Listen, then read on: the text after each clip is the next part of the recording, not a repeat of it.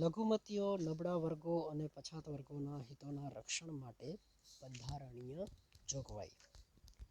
ભારતના બંધારણમાં લઘુમતીઓ, નબળા વર્ગો અને પછાત વર્ગોના રક્ષણ, કલ્યાણ અને વિકાસ માટે કેટલીક બંધારણીય જોગવાઈ કરવામાં આવી છે. આ બંધારણીય જોગવાઈઓ તેમના હિતોની રક્ષા, સામાજિક અસમાનતાનું નિવારણ અને તેમના કલ્યાણ અને વિકાસ માટે સુનિશ્ચિત કરી છે. ભારતનું બંધારણ ભારતના તમામ નાગરિકોને સમાન રીતે સામાજિક, આર્થિક અને રાજનૈતિક ન્યાય પ્રદાન કરે છે. ભારતના બંધારણમાં જણાવ્યા મુજબ જાતિ, જ્ઞાતિ, ધર્મ, ભાષા, લિંગને આધારે કોઈ પણ પ્રકારનો ભેદભાવ રાખવામાં નહીં આવે. દરેક વ્યક્તિને સમાન તક અને સમાન દરજ્જો પ્રાપ્ત થાય તેનો પણ બંધારણમાં ઉલ્લેખ છે. આ ઉપરાંત રાજ્યોને એવા પણ અધિકાર આપવામાં આવ્યા છે કે તેને કલ્યાણકારી રાજ્યનું દાયિત્વ નિભાવવા તથા નબળા અને પછાત વર્ગોની રક્ષા કરવા કેટલાક મૂળભૂત અધિકારો પર પણ બંધારણમાં રહીને યોગ્ય પ્રતિબંધ લગાવી શકે છે. ધાર્મિક સ્વતંત્રતાનો અધિકાર કોઈ પણ ધર્મનું પાલન કરવાની સ્વતંત્રતા આપે છે. ધાર્મિક સ્વતંત્રતાનો અધિકાર કોઈ પણ ધર્મનું પાલન કરવાની સ્વતંત્રતા આપે છે. લઘુમતીઓ, નબળા વર્ગો અને પછાત વર્ગોને બંધારણીય હક આપવા પાછળનો મુખ્ય ઉદ્દેશ એ છે કે તેઓને રાષ્ટ્રમાં સમાન તક, ન્યાય અને દરજ્જો આપવો. રાષ્ટ્રની પંચવર્ષીય યોજનાઓમાં પણ આ બધા વર્ગો માટે ખાસ ધ્યાન રાખવામાં આવ્યું છે. હવે આપણે જોઈએ કે લઘુમતીઓ. લઘુમતીઓ કોને કહેવાય? ધર્મ કે ભાષાના આધારે કોઈ પણ પ્રદેશ કે પ્રદેશોમાં બહુમતીમાં ન હોય તેવા લોકસમૂહને લઘુમતી કહેવામાં આવે છે. ભારતના બંધારણમાં લઘુમતી માટે સ્પષ્ટ વ્યાખ્યા કરવામાં આવી નથી. દેશ કે પ્રદેશની વસ્તીમાં અડધા કે તેથી ઓછી સંખ્યા ધરાવતા લોકસમૂહને લઘુમતી કહી શકાય. લઘુમતીઓનો ખ્યાલ કોઈ પણ ધર્મ, ભાષા કે પ્રદેશ પૂરતો મર્યાદિત નથી.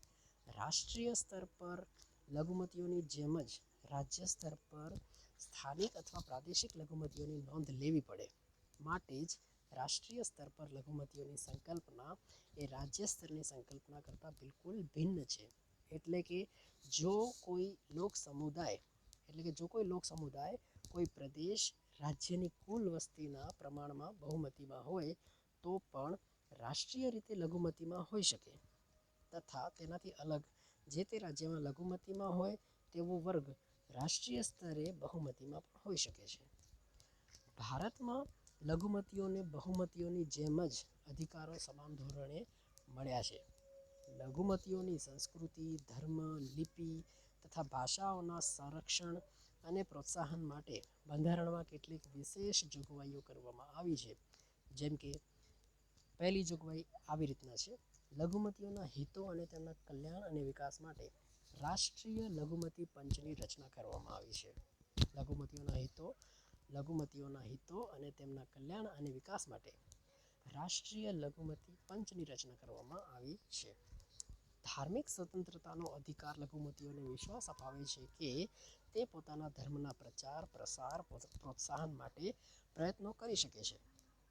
કાયદો બળપૂર્વક ધર્માંતરણને માન્ય રાખતો નથી. કાયદો બળપૂર્વક ધર્માંતરણને માન્ય રાખતો નથી. સરકારી સહાય લેતી કોઈ પણ શિક્ષણ સંસ્થામાં ધાર્મિક શિક્ષણ આપી શકાતું નથી. તમામ ધાર્મિક સમુદાયોને તેમના ધર્મના વ્યવસ્થાપન અને ધાર્મિક કાર્યો માટે સંપત્તિ મેળવવાનો, તેની દેખરેખ રાખવાનો અધિકાર છે. સાંસ્કૃતિક અને શૈક્ષણિક અધિકાર દ્વારા લઘુમતીઓ પોતાની લિપિ અને સંસ્કૃતિઓનું રક્ષણ કરી શકે છે. સરકારી સહાય મેળવતી કોઈ પણ સંસ્થામાં ધર્મ, વંશ, જાતિ, વર્ણ કે ભાષાના આધારે કોઈ પણને પ્રવેશ મેળવતા અટકાવી શકાશે નહીં. સમાજના તમામ વર્ગોને પોતાની પસંદગી પ્રમાણે ભાષા, લિપિ જાળવવાનો, વિકાસ કરવાનો અને તે માટે શૈક્ષણિક સંસ્થા સ્થાપવાનો અને ચલાવવાનો અધિકાર છે. ભારતીય લઘુમતીના બાળકોને પ્રાથમિક શિક્ષણ માતૃભાષામાં મળે તેવી સુવિધા રાજ્ય સરકાર આપે છે. તો આ થઈ લઘુમતીની વાત. હવે આપણે જોઈએ અનુસૂચિત જાતિઓ અને અનુસૂચિત જનજાતિઓ. અનુસૂચિત જાતિઓ અને અનુસૂચિત જનજાતિઓની કોઈ વ્યાખ્યા ભારતના બંધારણમાં સ્પષ્ટ રીતે કરવામાં આવી નથી. સંબંધિત રાજ્યના રાજ્યપાલની સલાહથી એટલે કે કોઈ પણ રાજ્યના રાજ્યપાલની સલાહથી રાષ્ટ્રપતિના આદેશ દ્વારા તેનો વિશેષ ઉલ્લેખ કરવામાં આવ્યો છે. જ્ઞાતિવાદના કારણે કેટલીક જ્ઞાતિઓનું શોષણ અટકાવવા, તેમની સામેના અન્યાયને દૂર કરવા, સમાનતા અને માતૃભાવથી તેમનામાં રહેલી સંકુચિતતા દૂર કરવા અને તેમનો સામાજિક, આર્થિક અને શૈક્ષણિક વિકાસ થાય તે હેતુથી ભારતના બંધારણમાં કેટલીક વિશિષ્ટ જોગવાઈ કરવામાં આવેલી છે. બંધારણની કલમ 341માં જણાવ્યા પ્રમાણેની અનુસૂચિમાં સમાવિષ્ટ જ્ઞાતિને અનુસૂચિત જાતિઓ તરીકે ઓળખવામાં આવે છે. બંધારણની કલમ 341માં જણાવ્યા પ્રમાણેની કલમ 341માં અનુસૂચિ છે એક. તો એ અનુસૂચિમાં જેટલી જ્ઞાતિઓનો સમાવેશ છે તેમને અનુસૂચિત જાતિઓ કહે છે. જ્યારે બંધારણની કલમ 342 પ્રમાણેની અનુસૂચિ પ્રમાણે સમાવિષ્ટ જાતિઓને અનુસૂચિત જનજાતિઓ તરીકે ઓળખવામાં આવે છે. અનુસૂચિત જનજાતિઓમાં એવા લોકોનો સમાવેશ કરવામાં આવે છે જેઓ મોટાભાગે જંગલ કે પહાડી વિસ્તારમાં રહે છે, વિશિષ્ટ ભૌગોલિક સ્થિતિમાં નિવાસ કરે છે અને બીજા કરતાં અલગ સામાજિક અને સાંસ્કૃતિક જીવન ધરાવે છે. સામાન્ય લોકો કરતાં આર્થિક અને શૈક્ષણિક રીતે પછાત છે. હવે આપણે જોઈએ કે અનુસૂચિત જાતિ અને જનજાતિના લોકો માટે બંધારણીય જોગવાઈઓ કઈ કઈ છે. આપણા બંધારણમાં અનુસૂચિત જાતિઓ અને અનુસૂચિત જનજાતિઓના વિકાસ અને કલ્યાણ માટે કેટલીક ખાસ જોગવાઈઓ કરવામાં આવી છે જે નીચે મુજબ છે. તો પહેલી જોગવાઈ સામાન્ય જોગવાઈઓ છે. આમાં બે પ્રકારની જોગવાઈઓ છે. એક છે સામાન્ય જોગવાઈઓ અને બીજી છે ખાસ જોગવાઈઓ. તો સામાન્ય જોગવાઈઓમાં પણ બે છે. એ છે બંધારણીય આર્ટિકલ 15 પ્રમાણે અને આર્ટિકલ 29 પ્રમાણે. તો બંધારણમાં અનુસૂચિત જાતિ અને અનુસૂચિત જનજાતિ માટે કેટલીક જોગવાઈઓ કરવામાં આવી છે. એમાંની પહેલી જોગવાઈ છે બંધારણનો આર્ટિકલ 15 અને બીજી જોગવાઈ છે બંધારણની આર્ટિકલ 29 પ્રમાણે. તો બંધારણીય આર્ટિકલ 15 પ્રમાણે કેવળ ધર્મ, જાતિ, જ્ઞાતિ, જન્મસ્થાન કે તેમાંની કોઈ પણ બાબતોને કારણે ભેદભાવ કરવા પર પ્રતિબંધ છે. વધુમાં આ કલમ દ્વારા એવું પણ જણાવવામાં આવ્યું છે કે કોઈ પણ નાગરિક આ બાબતો હેઠળ દુકાન, જાહેર રેસ્ટોરન્ટ, હોટેલો, જાહેર મનોરંજનના સ્થળોમાં પ્રવેશ મેળવવા અંગે કૂવા, તળાવ, સ્નાન માટેના ઘાટ, રસ્તાઓ, સર્વાંગ અથવા અંશતઃ રાજ્ય તરફથી નિભાવાતા અથવા જાહેર જનતાના ઉપયોગ માટે અર્પણ કરાયેલા સ્થાનોના ઉપયોગ અંગે કોઈ પણ નાગરિક પર કોઈ પણ પ્રકારની ગેરલાયકાત, જવાબદારી, નિયંત્રણ અથવા શરતો લાદી શકશે નહીં. કોઈ પણ નાગરિકને દુકાન, જાહેર રેસ્ટોરન્ટ, હોટલ, જાહેર મનોરંજન આવા સ્થળો ઉપર જવું હોય તો કોઈ પણ એના ઉપર પ્રતિબંધ લાદી શકશે નહીં. અથવા તો કૂવા, તળાવ, સ્નાન માટેના ઘાટ, રસ્તાઓ, સર્વાંગ અથવા અંશતઃ રાજ્ય તરફથી નિભાવાતા અથવા જાહેર જનતાના ઉપયોગ માટે અર્પણ કરાયેલા સ્થાનોના ઉપયોગ અંગે કોઈ પણ નાગરિક પર કોઈ પણ પ્રકારની ગેરલાયકાત, જવાબદારી, નિયંત્રણ અથવા શરતો લાદી શકાશે નહીં. તો આ આટલી બાબતો આર્ટિકલ 15માં લખેલી છે. હવે જોઈએ આર્ટિકલ 29 પ્રમાણે કઈ કઈ જોગવાઈઓ છે. તો આર્ટિકલ 29 પ્રમાણે પણ બે રીતે જોગવાઈઓ લખેલી છે. તો પહેલી જોગવાઈ ભારતના પ્રદેશમાં અથવા તેના કોઈ પણ ભાગમાં વસતા કોઈ પણ નાગરિકો જો કોઈ વિશિષ્ટ ભાષા, લિપિ કે પોતાની કહી શકાય તેવી સંસ્કૃતિ ધરાવતા હશે તો તેને સાચવવાનો એમને અધિકાર રહેશે. અને બીજી બાબત કે કેવળ ધર્મ, જ્ઞાતિ, ભાષા કે તેમાંના કોઈ પણ ના આધારે એટલે કે ધર્મ, જ્ઞાતિ, ભાષા કે એમાંથી કોઈ પણના આધારે રાજ્ય તરફથી નિભાવાતી અથવા નાણાકીય સહાયથી ચાલતી શિક્ષણની કોઈ પણ સંસ્થામાં કોઈ પણ નાગરિકને પ્રવેશ મેળવતા અટકાવી શકાય નહીં. એટલે કે કોઈ પણ ધર્મનું હોય, કોઈ પણ જ્ઞાતિનું હોય, કોઈ પણ ભાષાનું હોય, આ અથવા તો આમાંથી કોઈ પણ એક હોય, આમાં એટલે કે કોઈ પણ ધર્મનો વ્યક્તિ હોય, કોઈ પણ જ્ઞાતિનો હોય, કોઈ પણ ભાષા બોલતો હોય, તો એવી વ્યક્તિને તો જે રાજ્ય દ્વારા ચલાવવામાં આવે છે સંસ્થાઓ, શિક્ષણની સંસ્થાઓ અથવા તો ગ્રાન્ટીન જે સંસ્થા હોય, અડધી પ્રાઇવેટ હોય, અડધી સરકાર તરફથી હોય, એવી સંસ્થાઓ હોય, શિક્ષણની સંસ્થાઓ, તો એમાં કોઈ પણ વ્યક્તિ પ્રવેશ મેળવી શકે છે. આ હતી સામાન્ય જોગવાઈઓ. તો સામાન્ય જોગવાઈઓમાં આર્ટિકલ 15 અને આર્ટિકલ 29 પ્રમાણે આપણે જોગવાઈઓ જોઈ. હવે આપણે જોઈએ ખાસ જોગવાઈઓ. બીજી કેટલીક ખાસ જોગવાઈઓ છે.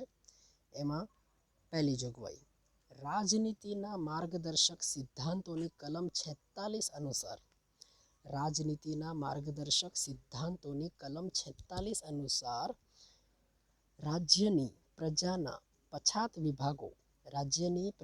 પછાત વિભાગો અને ખાસ કરીને અનુસૂચિત જાતિ અને અનુસૂચિત જનજાતિઓના કેળવણી વિષયક અને આર્થિક લાભો જળવાય તે માટે રાજ્ય ખાસ કાળજી લેશે અને સામાજિક અન્યાય અને કોઈ પણ પ્રકારના શોષણ સામે તેમનું રક્ષણ કરશે.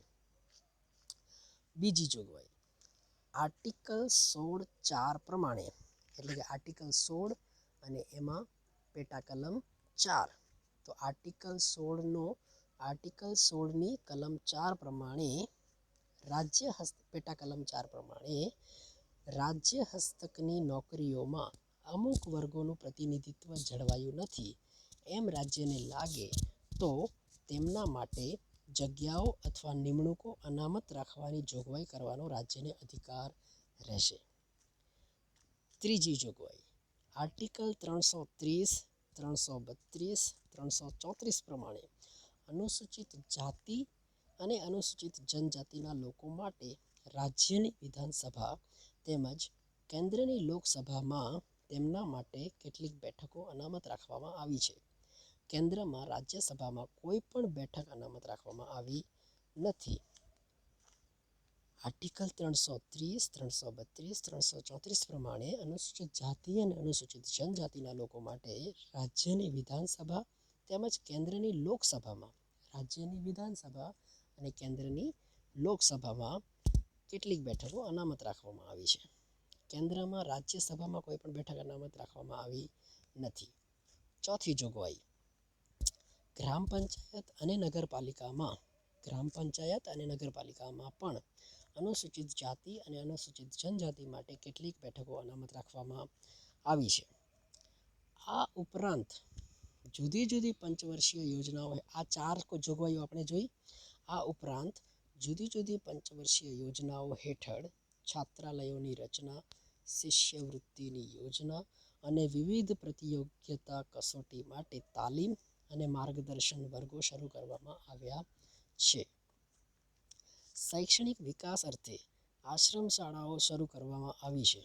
સરકારી નોકરીઓમાં આ જાતિના ઉમેદવારો માટે ઉંમર, ફી, લાયકાતના લઘુધોરણમાં કેટલીક છૂટછાટ આપવામાં આવી છે. ડૉક્ટર બાબાસાહેબ આંબેડકર સંસ્થા દ્વારા ડૉક્ટર આંબેડકર રાષ્ટ્રીય પુરસ્કાર એવા વ્યક્તિ સંસ્થાને આપવામાં આવે છે જે નબળા વર્ગોને સામાજિક સમજ, ઉદ્ધાર, પરિવર્તન, ક્ષમતા, ન્યાય અને માનવ ગરિમા માટે કાર્ય કરતા હોય. અનુસૂચિત જાતિ અને અનુસૂચિત જનજાતિના કલ્યાણ અને વિકાસ અર્થે રાજ્યમાં અલગ વિભાગ અને કેન્દ્રમાં વિશિષ્ટ અધિકારીની નિમણૂક કરવામાં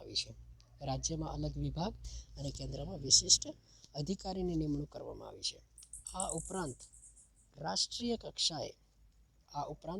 કક્ષાએ આ જાતિઓ માટે રાષ્ટ્રીય આયોગની સ્થાપના કરવામાં આવી છે. તેમજ રાજ્ય અને કેન્દ્ર સરકાર દ્વારા આ જાતિઓના સામાજિક, શૈક્ષણિક અને આર્થિક વિકાસ માટે વિવિધ પ્રકારની યોજનાઓ શરૂ કરવામાં આવી છે. એના પછી છે ફક્ત અનુસૂચિત જાતિ માટેની જોગવાઈઓ. તો હવે ફક્ત અનુસૂચિત જાતિઓ માટેની કેટલીક જોગવાઈઓ છે જે આપણે નેક્સ્ટ વિડીયોમાં જોઈશું. તો આ વિડીયોને આપણે અહીં જ સ્ટોપ કરીએ. મળીએ ફરી પાછા નેક્સ્ટ વિડીયોમાં. ત્યાં સુધી થેન્ક યુ વેરી મચ.